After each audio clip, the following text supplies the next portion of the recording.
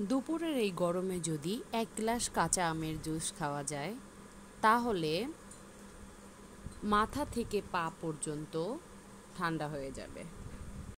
কাঁচা আমের সিজন চলতেছে আর কাঁচা আমের জুস খাবো না তা তো হতেই পারে না। গ্রাম থেকে মা আর ভাই নিয়ে এসেছিল কাঁচা আম, আমার খালাতো বোনেরা দিয়েছিল।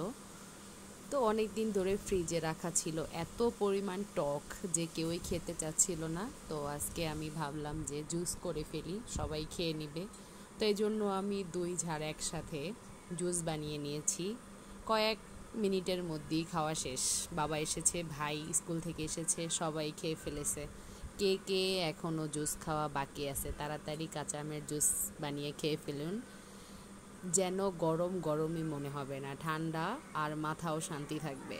তাড়াতাড়ি বানিয়ে খেয়ে ফেলুন। কেমন হয়েছে সবাই জানাবেন।